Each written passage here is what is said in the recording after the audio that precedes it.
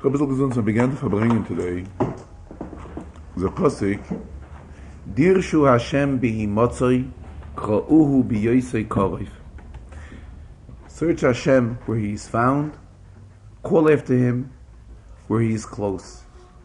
And Chazal interpret the Pasuk.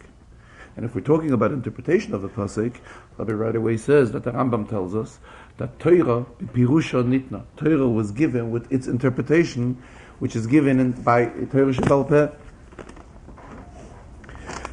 So our Chachamim interpret that this pasuk really refers to Elu Aseres Yomim Shebein Rosh Hashanah LeYom Kippurim. That this refers to the 10 days between Rosh Hashanah and Yom Kippur. Meaning that in the days between Rosh Hashanah and Yom Kippur, during the days of Aseres Yemei Tshuva, there's a special closeness from a Yid to the Eibishter, from the Eibishter to the Yid. Rabbi points out that Chazal do not refer to these days as the first 10 days of Tishrei. Chazal want to tell us when these days are. They could have said it's the first days in Tishrei. Nonetheless, they don't say it that way. Why? Because the main stress here is that why are these days special days? Days when HaKadosh Baruch Hu is close to us. It is because these are the days between Rosh Hashanah and Yom Kippur. In other words, Rosh Hashanah and Yom Kippur are the factor, because of Rosh Hashanah and Yom Kippur, because of the Avodah of Rosh Hashanah and Yom Kippur, that is why these days are days that we are B'Himotzei and B'Yosei Karif. The Rebbe is close.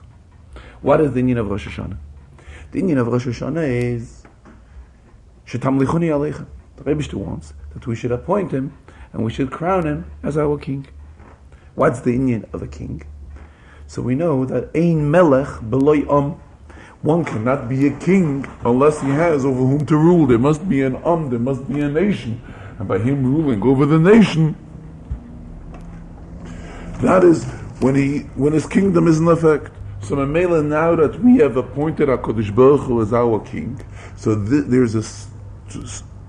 that's why this stresses the relationship between the Rebishter and Yidden, and it is the days, right? Ilu Aseres Yomim Chazal say these are the 10 days between Rosh Hashanah and Yom Kippur, because Rosh Hashanah, that is the day that accomplished the Tamlichuni Aleichem. So that is why this day brings out that the following days afterwards should be a special closeness between Yidden and the Rebishter. Furthermore, not only does it work that way, from the Melech to the Am, but it's from the Am to the Melech also the same way. Because an Am has to come onto a Melech. What is the Taichin Am? An Am is not just a group of people that have united together and they became a nation. It's much more than that. They are together so that they can receive leadership from the king, they receive assistance from the king, and the king provides the needs of all the people involved, those that are higher up, the ministers, he provides their needs, as well as those who are lower, until seeing to it that everybody in the country has whatever they need. And as we've read in this week's Chazarah, rather the Chazarah, which was read before Rosh Hashanah, Atam Nitzovim Hayom Kulchem Lofnei Hashem Elokechem, and the pasuk lists Vasheichem, Shiftechem, everybody, starting from the elders and the leaders of the nation until Chayte Vetzecha V'Sheiv Memecha, and including also a Geir, somebody that prior to him being Zich Megayer, he had no Shayches to Yiddishkeit, but he as well, all of these various categories, all of their needs are cared for by the Melech who was appointed to be as a Melech on Rosh Hashanah.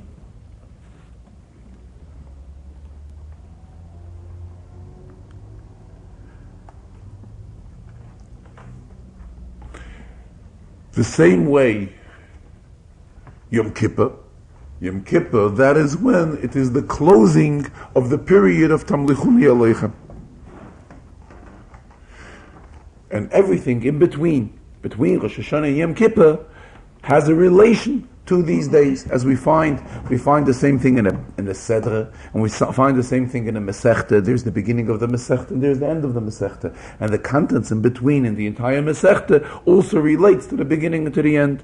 And the same is in the Parsha. We have the beginning of the Parsha, and we have the end of the Parsha, and the contents in between relates to the beginning and to the end. And the expression goes, Hayomim ha'elu niskorem v'nasim. It's a pasuk in the Megillah. And there's a taich which the Rebbe always brings when these days are mentioned and they are repeated. Nasim, in other words, we get the same revelations which we got previously, the revelation that relates to these days. So Mamela, now we are in the days of these special days of the Aseres Yemei Tshuva. Even though, whenever one will learn Torah about Aseres Yemei Tshuva, he's still learning Torah, and he will, even if he will learn it in a different time of the year, and he will have to make the bracha of Birchas HaTorah prior to his learning the Torah. Because the Rebbe is Noisen HaTorah Loshen Hoive, constantly giving the Torah in a present expression. This relates, Sai Torah Shebiksav, and Sai Torah Shebal Peh, and even by Kriyas HaTorah, when a person appoints somebody else to read the Torah for him. What's the idea of Kriyas HaTorah? Kriyas HaTorah, the person who's called up to the Torah, it's his aliyah.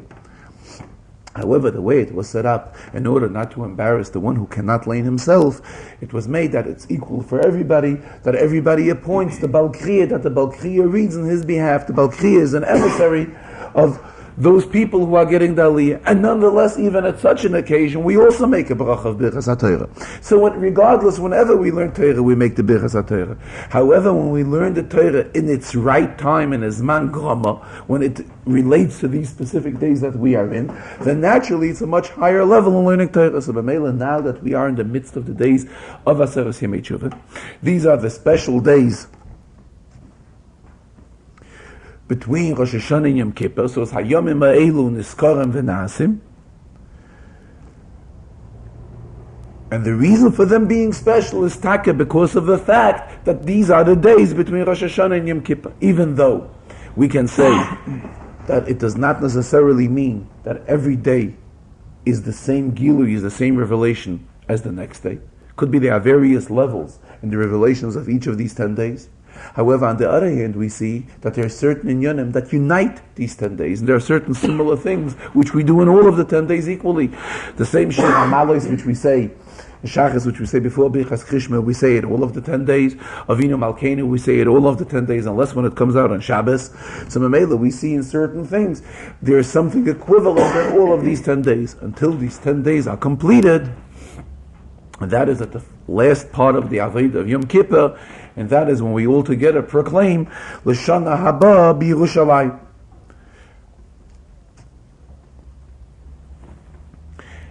And it is known, the famous taich from the Frierdiker Rebbe, that whenever we say L'Shana Haba B'Yerushalayim, we say it Yom Kippur, as well as when we say it Pesach by night at the end of the Seder, it doesn't mean that we should wait a full year, and next year we will be in Yerushalayim. Mashiach should come right away.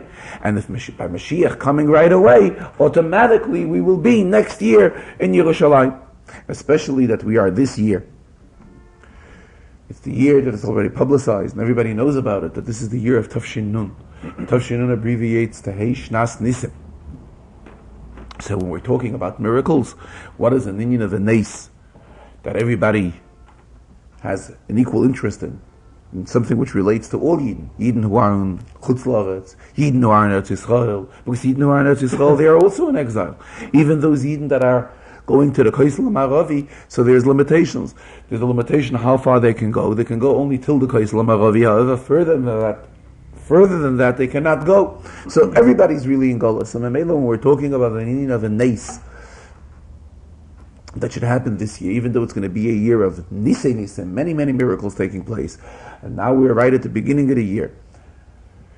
Even though there's an expression of Chazal, tafasta meruba loy tafasta, don't ask for much.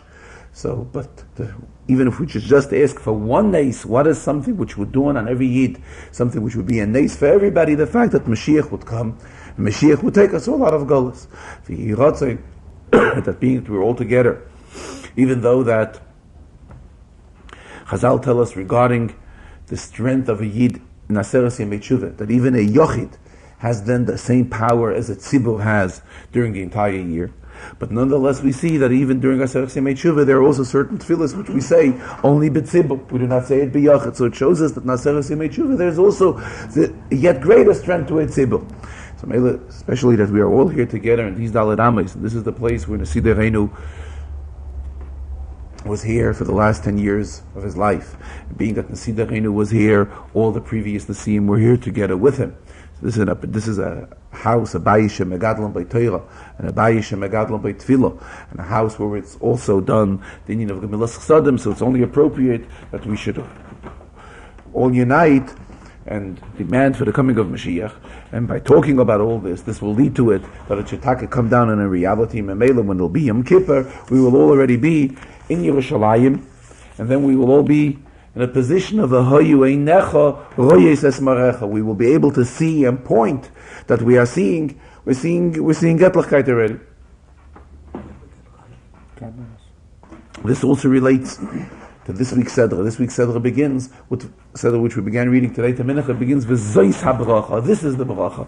What is the name of Zois? Also, as the Rebbe keeps on using the expression lately, Mare be'etzboi v'oimer zeh, pointing with his finger, something which can be pointed with a finger, and it is seen. And we will be able to point that we are seeing Moshe Rabbeinu. Zois HaBracha sheberach Moshe Skol Yisrael, that we are seeing Moshe. And even though Moshe Rabbeinu went up to Har Navai, but we know, and it's together with the Eibishter, but Madach by Yeshua, we find that regarding Yeshua, it says, Lo yomush metoich ha'oil, that Yeshua never parted from the oil. Where did Yeshua pick up this attitude? Never to part from the oil. He picked this up from Moshe Rabbeinu, being that he saw how Moshe Rabbeinu was always in the level of a nachnu ma, meaning Moshe was always in the level of bittul. So Mamela, this taught Yeshua, this was a guide for Yeshua, that Yeshua should also be in the same level. So Mamela, we will all come to the level of his being able to point with our finger. All of us, coming from all various types of golas, as we just said, Rosh Hashanah and davening, from all types of golas, from the golas of Mitzrayim and the golas of Ashur. So, what we will accomplish will be that Ashur will no longer be a Golas, but on the contrary, it will be Oisher, Meloshon Lok, Oisher with an Aleph, and the same thing, Oisher with an Ayin, which means riches and wealth. And we will be able, and the Indian of this is Oivdim Be'eretz Ashur, as well as regarding Mitzrayim. So Rabbi says it's brought in Sfarim, that is a pasuk, Laman Revois Moifsai Be'eretz Mitzrayim abbreviates Rambam, showing Moifsim. Rabbi said he will multiply his Moifsim in the land of Mitzrayim, abbreviates the word of the Rambam. So the union of Rambam has a shaykhus to Geulah, because before the coming of Mashiach we will have to learn the entire Torah. And where is there a sefer that a Yid could learn the entire Torah? How is it possible for a Yid to learn the entire Torah? That's by learning Rambam. And as we know, Chazal tell us that we have to learn Torah just like when the Yidden received the Torah. It was with a fear and with a tremblance. The same way when a Yid realizes that HaKadosh Baruch Hu sits opposite him and learns Torah, when he learns, HaKadosh Baruch Hu is opposite him. HaKadosh Baruch Hu HaKadosh Baruch Hu is responding and is learning Torah opposite him. So Mamela, the learning of the Torah by Yid is entirely different, and Mamela he will be able to come to such a level that we will be able to point that the entire finger will be for this cause, so that we should be able to pinpoint on the revelation of Getlichkeit, which we will all be seeing by the coming of Mashiach.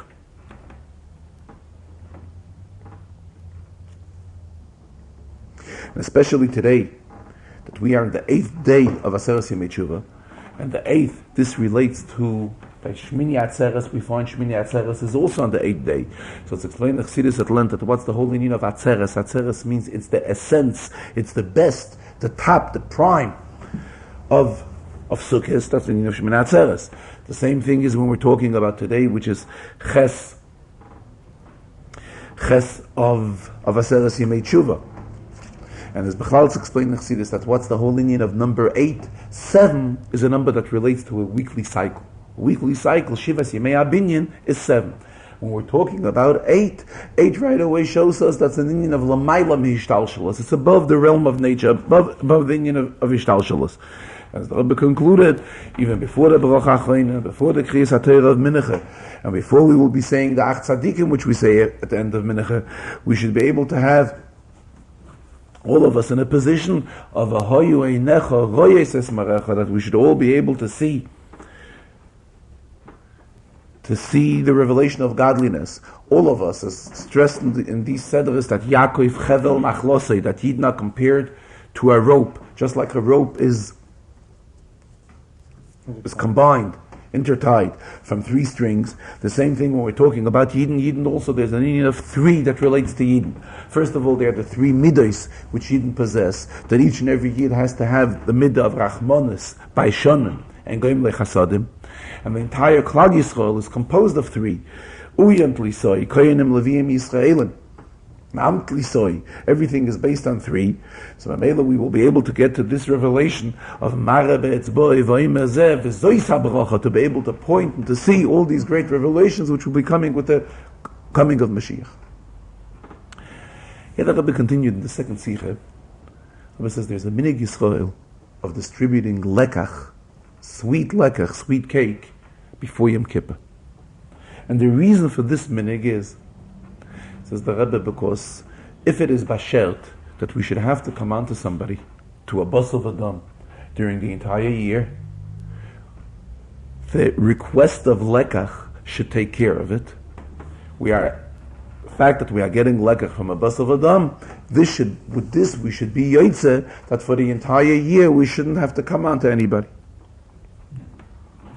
It says, even though this, why this? Yes, why should we have to come on to somebody even for the piece of lekach?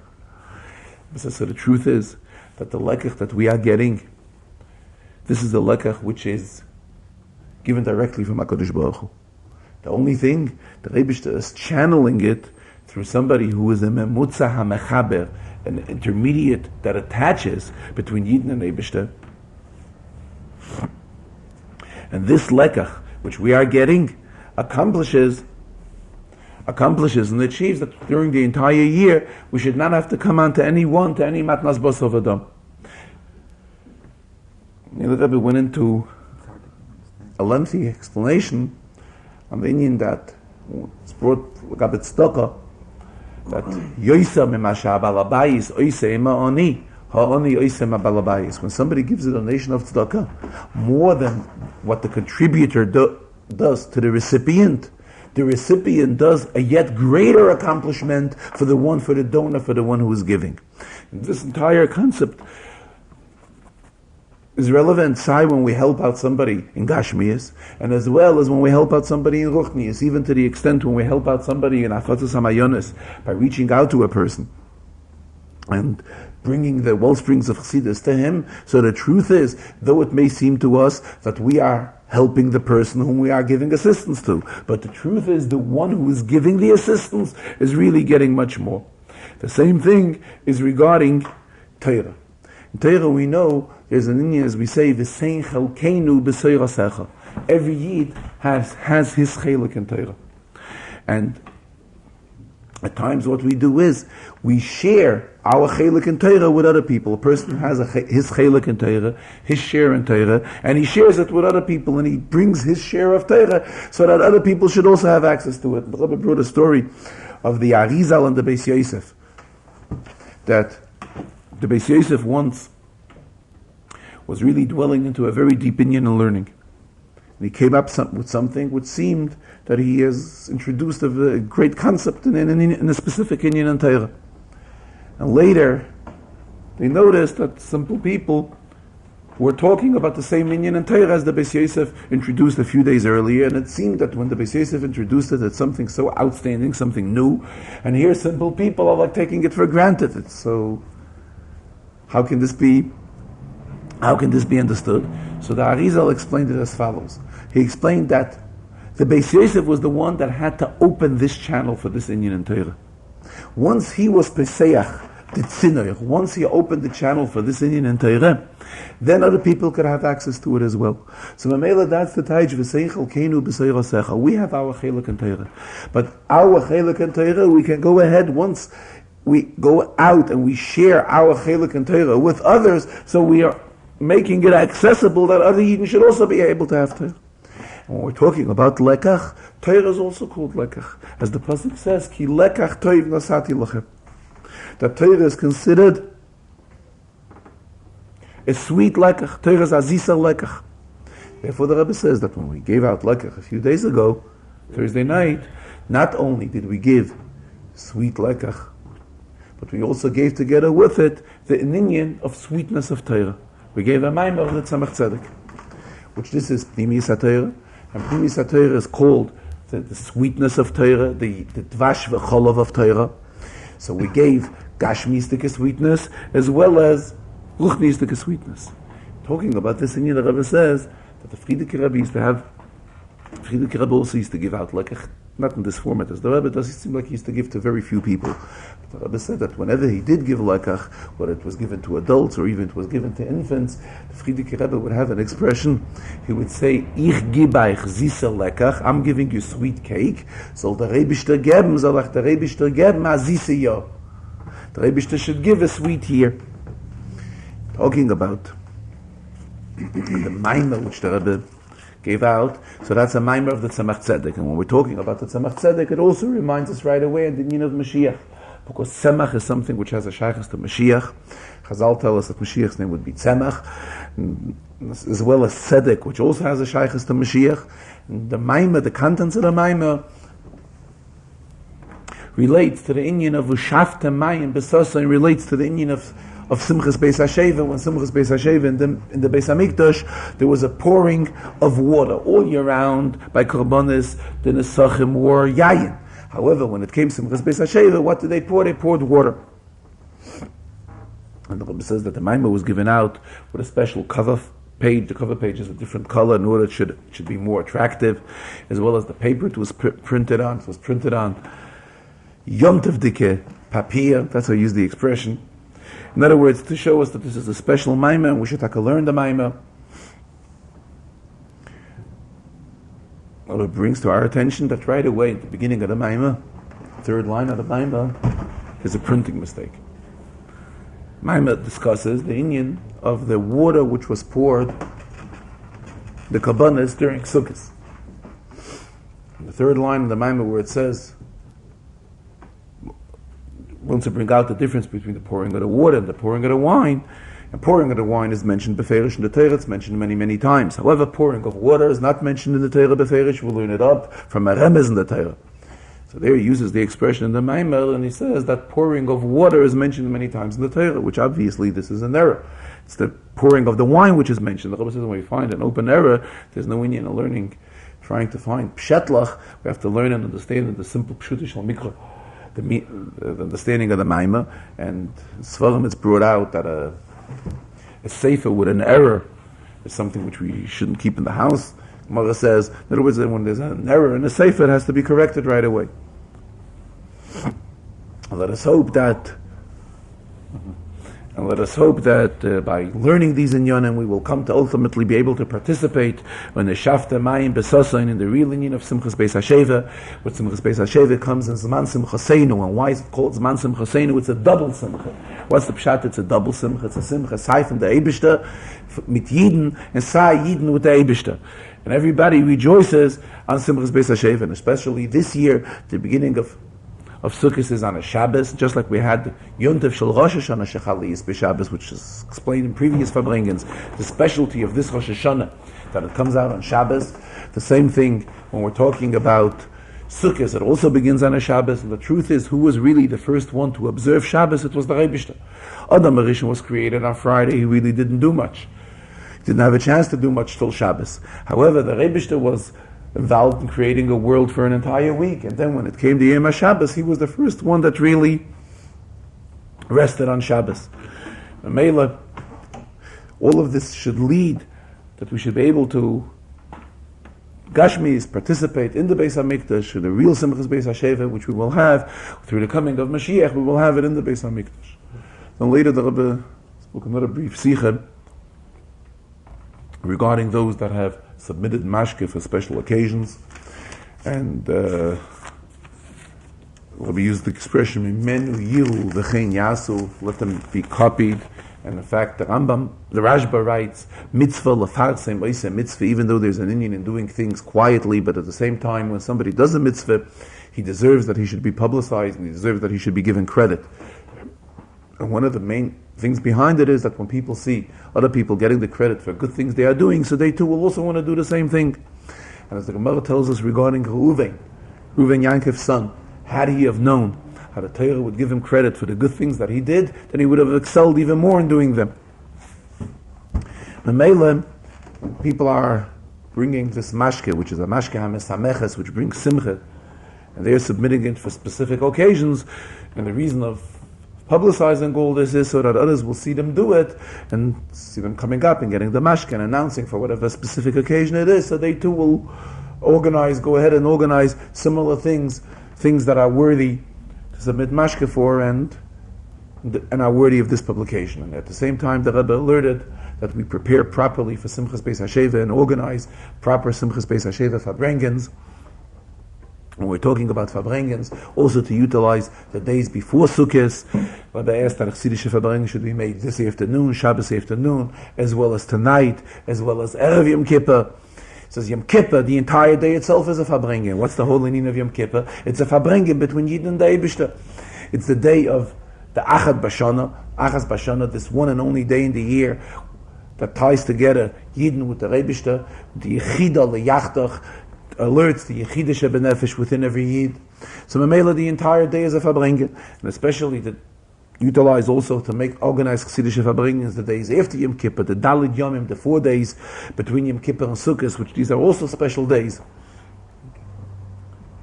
And to utilize all of these times, and the Rebbe says we can talk about all this on Shabbos, because Mafakchen al Tzorchet Tzibur b'Shabbos, we are permitted to take care on public matters on Shabbos, to make sure that proper Chassidische Farbrengen should be organized, and that these days should be utilized properly, and primarily also to see to do Simchas Beis HaSheva gatherings and Simchas Beis HaSheva Farbrengens. We should all have a chesima and a gemach chesima tova. A good year.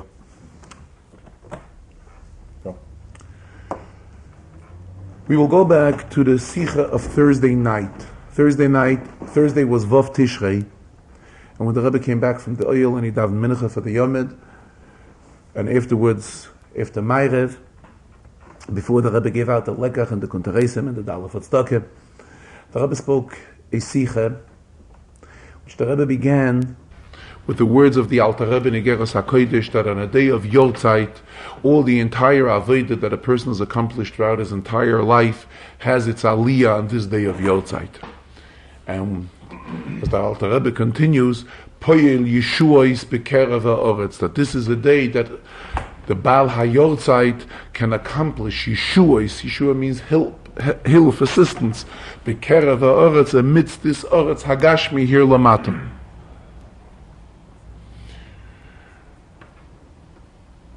And the Rebbe began speaking about his parents and related some very interesting things about the Mesiras Nefesh that his father had together with his mother in the worst times in Russia.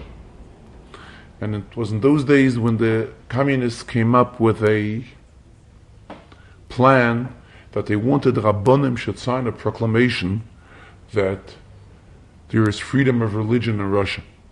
Their logic behind it was very simple, that once they will have such a proclamation signed by Rabbanim, they will be able to publicize something like this to the Western world. And here you see that there's freedom of religion in Russia. It's something which is a statement signed by authentic Rabbanim. And naturally we can understand that whoever did sign on this did not sign this out of pleasure. He was forced to sign it in any way possible. And they signed it. And then they approached the Rebbe's father that he should sign it. Naturally, we can understand that his father did not sign this. Not only did he not sign it, but he began threatening that he will publicize and will make a tumult about this entire letter and under what grounds the other people did sign. So they were looking for something to appease the Rebbe's father. The Rebbe's father was a Rav in a city called Yekaterineslav. Around Yekaterineslav, there were huge wheat fields. Tremendous amount of wheat grew around Yekaterineslav. So this led to it The Rebbe Yitzchak was interested to be able to be given a permit to prepare flour so that Yidden will be able to have matzah on Pesach. And they were ready to give him this type of a permit. It involved a lot of effort on the Rebbe Yitzchak side. He traveled several times to Moscow, and he had to meet with the head of the Communist Party, with the president of the government at that time, until he finally got the permission to be able to place mashgichim and institute and place this proper set of rules that would be desirable to him so that the flour of a matzah should be able to be processed. And so they did, and we can imagine that when certain flour came through and it was not satisfactory to him, he immediately put it aside and did not take into consideration. At that time everything belonged to the government in Russia, that by putting this flour aside, the flour will not have the same value anymore, so it's losing its price. So it's causing a loss to the government. But all this did not interfere with him and the instructions that he gave to the mashgichim how they should go about this entire operation. We can imagine at the same time how the Gepehu was after him, and they knew that he was an outright enemy to whatever they have instituted. The Rebbe says that there were many people who were friends to his father, and they came to warn him and to caution him how the Gepehu was after him. Now we can understand that at that time in Russia, it was dangerous to go into the Rav's house. If somebody was caught going into the Rav's house, this in itself was a danger. So they would come to his father's house very late at night and would caution him that he should be careful. But nonetheless, his father was not... This did not stop his father from whatever he was doing. And why Taka did it not stop his father? Because actually it put his mother into the same danger as his father was. Because his mother was the one that brought in such type of an atmosphere into the house, and she was the source of strength and inspiration for his father, so that his father should be able to go on with this type of work. And then later, when his father was sent into exile for being involved in the upkeep of Yiddishkeit at that time in Russia, his mother had an opportunity to remain amongst Yidden, where there was Yiddishkeit, but nonetheless, she chose to join his father, and she joined him in the city of Alma Ata, where there were no Yidden, there was no Yiddishkeit, and his father wanted to write in Yonim and Torah, and he didn't even have the pen or pencil how to write these words of Torah. So it was thanks to the effort of his mother, who went out and manufactured herself, made herself ink from various grasses, and also provided his father with a pen, with a feather that he should be able to use so that he should be able to write. And it was through his mother's effort that he was able to write Chidushei Torah. And these Chidushei Torah ultimately reached us. They reached from Alma Ata, they traveled to Moscow first, and later it was through the embassies. That's how the Rebbe expressed himself. The way I once heard, it went through there was an Israeli embassy in Moscow until 1967, and it went through the Israeli embassy, it went to Israel, and then the Sfarim came here. And this is the Sfarim that we have today, the Likutei Levi Yitzchak, on Zohar as well as on Torah, and all the Inyanim of the Rebbe's father which we have. It is, how do we have all these Sfarim? It's all thanks to his mother. The Rebbe says, so today, when Yidden are learning Sfarim, in these Sfarim anywhere in the world, it's really through his mother's efforts that these Sfarim came about. The truth is, says the Rebbe, that there were many other Sfarim, but they were not able to come out of Russia. They were in Moscow. His mother himself was not able to take out the Sfarim, because when his mother left Russia, she left Russia under Polish papers. So it would arouse question, how is it that a Polish citizen possesses Sfarim which were written by a famous Rav who was known to be outright against the government at that time? How did she get a hold of these Sfarim? So that is why she had no alternative, but she had to leave him in Moscow. And in later years even, the Rebbe says, this is how he spoke, he will not mention names, but there was somebody whose father learned in Timchet Mimim, and obviously he himself also learned in Timchet Mimim, and nonetheless this person was also afraid to get the Sfarim out of Russia, because he was afraid that he may be confronted with a question, how can he possess Sfarim manuscripts and Sfarim and handwriting of Sfarim written on the margins of the Sfarim, which were written by a Rav who was known to be a leading advocate against the government, against the Russian government at that time. And again, the Rebbe concluded that all the work which was done by his father for the upkeep of Yiddishkeit, and all this came through the source of strength and inspiration of his mother, as well as also the Svarim which we have, are also thanks to his mother. He concluded his mother's name, Chana, abbreviates to 3 mitzvahs which relate to a woman, even though everybody's mechuyev in these mitzvahs, but nonetheless these mitzvahs relate to a woman. That's Chala, Hadlakas Haneir, Chala, Nida, and Hadlakas Haneir. And in other words, Chala really stands for Kashrus Achilu Shtiya. How careful we have to be on the Yonim of Kashrus. Hadlakas Haneir means to make lichtik a Yiddish house, which primarily it means the atmosphere which has to prevail in every Jewish home. And then the Indian of Nida, that's Bechal, the Indian of upbringing Yiddish kinder, Banim Abanis, Jewish boys and girls, bringing them up and giving them a proper Yiddish chinuch. And all of this is reflected in the name of Chana. Therefore, it's an appropriate time to urge everybody to increase, to be meisif, and to gain chizuk in all of our avodas in these 3 areas. The Rebbe also mentioned that Rosh Hashanah, we say the Haftarah, the Nevuah of Chana. The Nevuah of Chana there, it concludes V'yorem Kerem Meshichoi. So what it really talks about is about the union of Mashiach. And also Chana was the first of the Nevi'os. So Mamela, tremendous, great inyanim, tremendous inyanim, Chana, is primarily to strengthen ourselves in these 3 mitzvahs which are abbreviated in the name of Chana. How did not signing that document relate to the wheat?